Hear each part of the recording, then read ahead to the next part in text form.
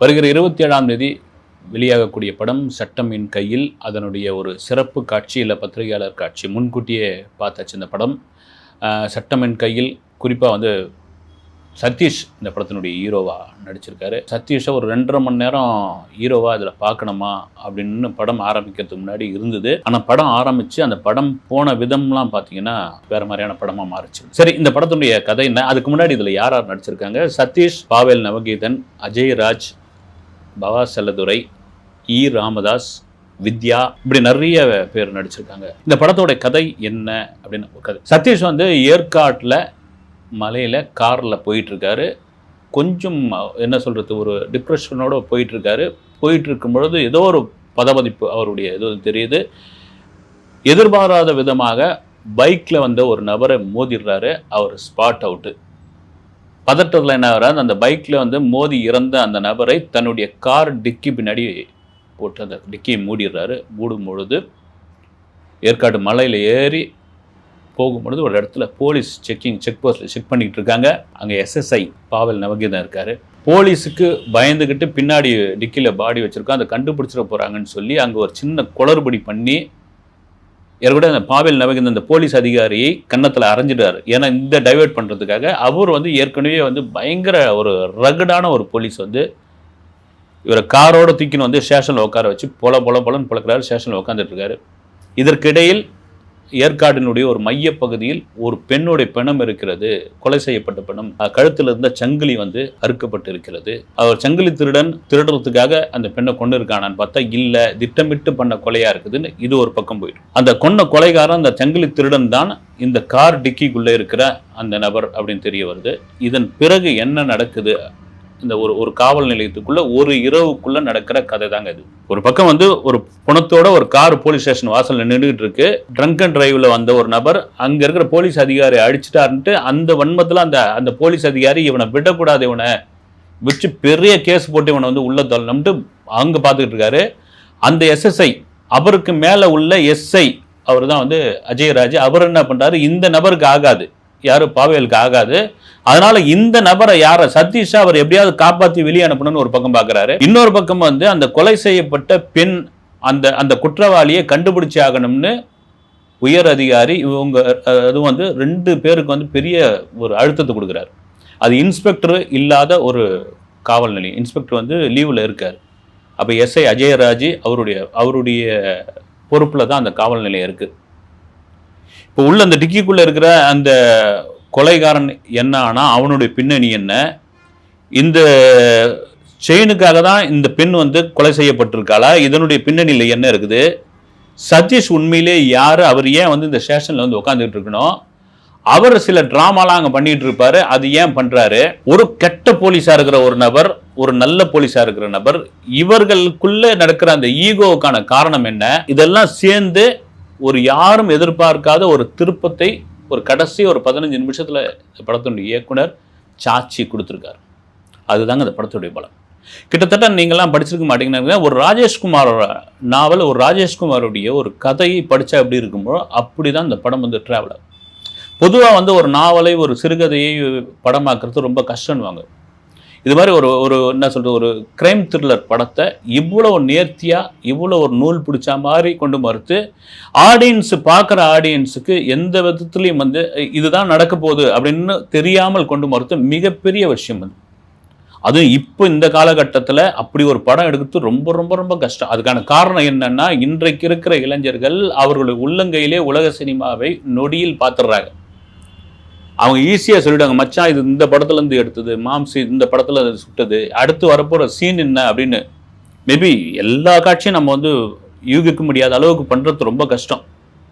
அதான் ஒரு நண்பர் கூட சொல்லியிருந்தார், தமிழ்நாட்டில் 7,21,00,000 பேர் இருக்காங்க, இவங்களுக்கு பிடித்தமான ஒரு படத்தை எந்த டைரக்டராலும் பண்ண முடியாதுங்கன்னு. அதே போல் தான் ஒரு கிரைம் த்ரில்லர், ஒரு சஸ்பென்ஸ் த்ரில்லரில் நீங்கள் யூகிக்க முடியாத காட்சியெல்லாம் கொண்டு போக முடியாது. ஆனால் அதில் ஒரு 10 காட்சி இருந்துச்சுன்னா அந்த படம் பெரிய வரவேற்கத்தக்க ஒரு படம், அது ஒரு வெற்றி படம் கூட சொல்லலாம். சரி, சதீஷ்க்கு இதில் என்ன உண்மையிலே கதையின் நாயகனா இல்லை கதாநாயகனா அப்படின் பொழுது அவருடைய கேரக்டரை மிக தெளிவாக ஒத்துக்கிட்டு தன்னுடைய பலம் என்னன்னு புரிஞ்சுக்கிட்டு இதெல்லாம் மீறி சதீஷை மீறி 2 கேரக்டர் தாங்க இந்த படத்தில். ஒன்று அஜயராஜ், இன்னொன்று பாவல் நவகீதன். 2 பேருக்குமான அந்த அந்த வந்து அந்த ஒரு சொல்லுவாங்க இல்லைங்களா, அந்த போலீஸ் உடல் மொழின்வாங்க இல்லைங்களா, அதை மிக சரியாக பண்ணியிருக்காங்க 2 பேருமே. ஒரு அஜயராஜ் வந்து ஒரு நல்ல போலீஸ், ஒரு ஈகோவில் இருக்கிற தன் மீது வந்து ஒரு வன்மமாக இருக்கிற இன்னொரு நபரை, சக போலீஸ்காரரை அவர் எப்படி டீல் பண்ணுறாருன்னு. ஒரு கட்டத்தில் பாவல் நவகீதன் எதுக்கு எடுத்தாலும் கோபம்னு, அதுக்கு ஒரு ஓப்பனிங் சீன் இந்த படத்தில் வச்சுருப்பாங்க, ரொம்ப நல்லா இருக்கும். ஒரு நபர் வந்து ஒரு ஹாஸ்பிட்டல் மீது கம்ப்ளைண்ட் கொடுக்க வந்திருப்பார். தான் குழந்தைய கொண்டுட்டாங்க, பிறந்த குழந்தைய நீங்கள் சும்மா விடக்கூடாது அப்படின்னு கொண்டுட்டாங்கன்னு. அதை வந்து ஒரு ஏட்டு வந்து விசாரிப்பார். அவர் விசாரித்து என்ன பண்ணுவார், அந்த சம்மந்தப்பட்ட அந்த ஹாஸ்பிட்டல் நிர்வாகம் கிட்டேயும் ஒரு பேரம் பேசுவார். இவர்கிட்ட அதை ஒப்புக்க சொல்லுவார், இந்த நபர் அதெல்லாம் முடியாதுங்க, நான் சும்மா விட மாட்டேங்க அதெல்லாம் அப்படின்னு. இந்த ஏட்டு ரொம்ப தன்மையாக பேசிக்கிட்டு இருப்பார் அவங்ககிட்ட.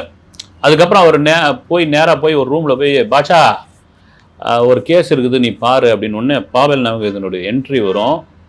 அந்த நபரை எப்படி டீல் பண்ணுறாரு அப்படின்றது இருக்கு இல்லைங்களா, அது ஒரு ஆக்டிங்லையும் உடல் மொழியிலும் கலக்கிட்டு இருப்பார். இன்னொரு இடத்துல அஜயராஜ் வந்து அந்த எஸ்ஐக்கு கீழே இருக்கிற எஸ்எஸ்ஐ பாவல் நவகீதனை போய் டீ கொண்டு வான்னு சொல்லிட்டு டீ கொண்டு வருவாப்புல. கொண்டு வந்தவொடனே நேராக போய் அந்த ட்ரங்க் அண்ட் டிரைவில் உட்காந்துருக்கால சதீஷ், அவர் கையில் நீயே எடுத்து போய் கொடு, ஏன்னா இவங்க 2 பேருக்கும் தான் எளியும் புனியமாக இருக்குது, எடுத்து போய் கொடுன்னு. அந்த இடத்துல அந்த காட்சியும் பார்த்தீங்கன்னா அந்த நடிப்பும் வந்து அஜயராஜ் மிக சிறப்பாக பண்ணியிருப்பாங்க. இல்லை எல்லா கேரக்டரும் தனக்கான கொடுக்கப்பட்ட அந்த கேரக்டரை மிக கரெக்டாக பண்ணியிருப்பாங்க.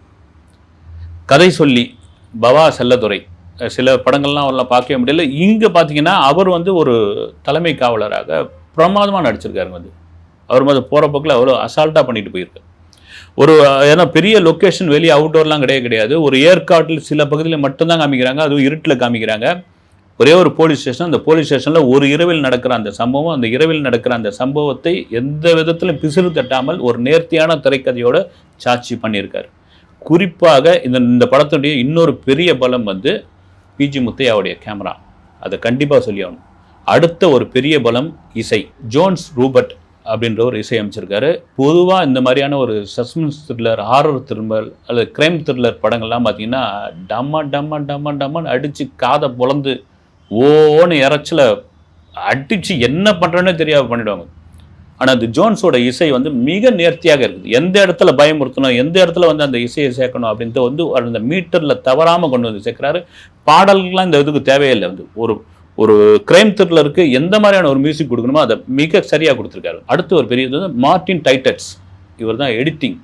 இந்த மாதிரியான படங்களுக்கு வந்து பல இடங்களில் ஜம்ப் ஆகிடும். வந்து அதை வந்து ஒரு நேர்த்தியான ஒரு எடிட்டிங் வந்து பண்ணியிருக்காரு இல்லையா, இதுதான் ஒரு எடிட்டர் கையில் தான் இருக்குது. வந்து அதை மார்ட்டின் வந்து மிக பிரமாதமாக பண்ணியிருக்காரு. ஃபர்ஸ்ட் ஹாப்லாம் கூட கொஞ்சம் ஒரு மாதிரி ஒரு தொய்வு, ஒரு மாதிரி ஒரு லேகாக இருக்குது, ரொம்ப நேரம் ஓடுற மாதிரி ஒரு படமாக இருக்கிற மாதிரி இருக்குது.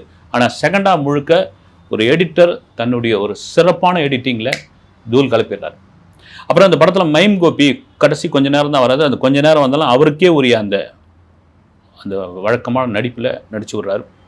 சரிங்க, இந்த படத்துக்கு வந்து மைனஸே இல்லையா அப்படின் பொழுது ரொம்ப பூத கண்ணாடி வச்சு பார்த்தா எல்லா படத்துக்கும் ஒரு மைனஸ் சொல்ல வேண்டியதாக இருக்கும், எல்லா குறையும் சொல்ல வேண்டியதாக இருக்கும். அதை தாண்டி இப்படி ஒரு குறைஞ்ச பட்ஜெட்டில் ஒரு புதியவர்கள், அதாவது தயாரிப்பாளர்கள் புதியவர்கள், சதீஷ் மாதிரியான ஒரு ஹீரோவை நம்பி, கதையை நம்பி, ஹீரோவை தாண்டி கதையை நம்பி ஒரு இயக்குனருக்கு, சாட்சி மாதிரியான ஒரு இயக்குனர்களுக்கு ஒரு வாய்ப்பு அளித்திருக்காங்க போது அந்த வாய்ப்பை மிக சரியாக பயன்படுத்தி கொண்டு அந்த இயக்குனர் மிக சரியான ஒரு படத்தை தந்திருக்கான் போது இந்த மாதிரியான படங்களுக்கு கண்டிப்பாக ஒரு வரவேற்பு கொடுக்கும்.